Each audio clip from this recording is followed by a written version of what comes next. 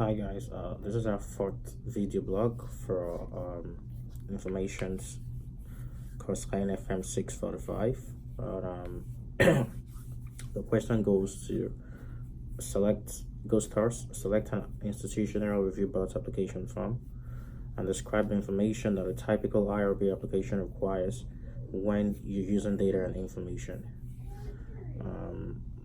Pretty much that's the first question. I started by explaining what an institutional review board looks like. Pretty much, institutional review board is a regulatory body authorized to preserve the benefits and welfare of human research subjects hired to engage in research activities conducted under the authority of the institution with which it is affiliated with. The IRB is commissioned with the duty of evaluating, prior to its introduction, all research, either funded or not funded, involving human participants. The IRB is also involved with protecting the well-being, the rights, the privacy of human subjects.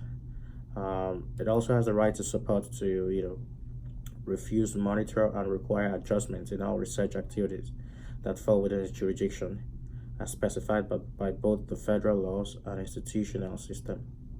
The IRB shall have at least 5 members of diversifying backgrounds in order to provide a complete and adequate review of human research and its institutional, legal, scientific, and social implications. The board will also include at least 1 member that is not affiliated with the institution and 1 member who is not a scientist too as well. The IRB has several consultants who advise the board and are periodically involved in things to deal with protocol reviews and stuff like that. So the scenario I actually chose, I worked with an application firm with a university called Cornell University, and most of the information I got from this from the IRB application contains a project title, the principal investigator or / the full name of the researcher, the faculty advisor full name, the research team members, funding information, financial conflict of interest, the briefly summary of the purpose of the research, questions and hypotheses, data collection, investigator attestation. So all of these should always be in the IRB of an institution, and this is actually the answer to the first question. The second question goes like this. It says that identify at least 3 important sections of the IRB application form and focus more on them in your discussion. The first one I chose was the principal investigator and full name. I talked about how it includes the name of the person who's conducting scientific research, the position of the person and the department or institution name, the student status. It also refers to the holder of an independent grant administered by a university and the lead researcher for the grant project, usually in the sciences such as a lab study or a clinical trial. The principal investigator has a primary responsibility for achieving the technical success of the project, while also complying with the financial and administrative policies and regulations associated with the award.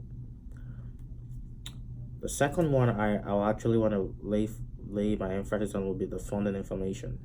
This includes details of the sponsor of the study, and the funding information is kind of described in the sources of funding and other support section in the EIRB study. Research funded by the Departments of Defense, Education, Energy, Justice, National Institutes of Justice, or the Environmental Protection Agency must comply with additional regulations. Several federal agencies have additional requirements for investigators conducting human subject research. The third one will be briefly summary of the purpose, the research, the questions, and the hypothesis. It includes either clinical research being done in the process or that the survey that's been carried out during the research, the experimental research, the descriptive study, and it also involves the full disclosure of the nature of the research and the participants' involvement. We're talking about the adequate comprehension on the part of the potential participant and also the participant's voluntary choice to participate. And so that's what I talked on the video blog for the week 4. Thank you so much, guys. See you on my next blog. Thanks. Bye.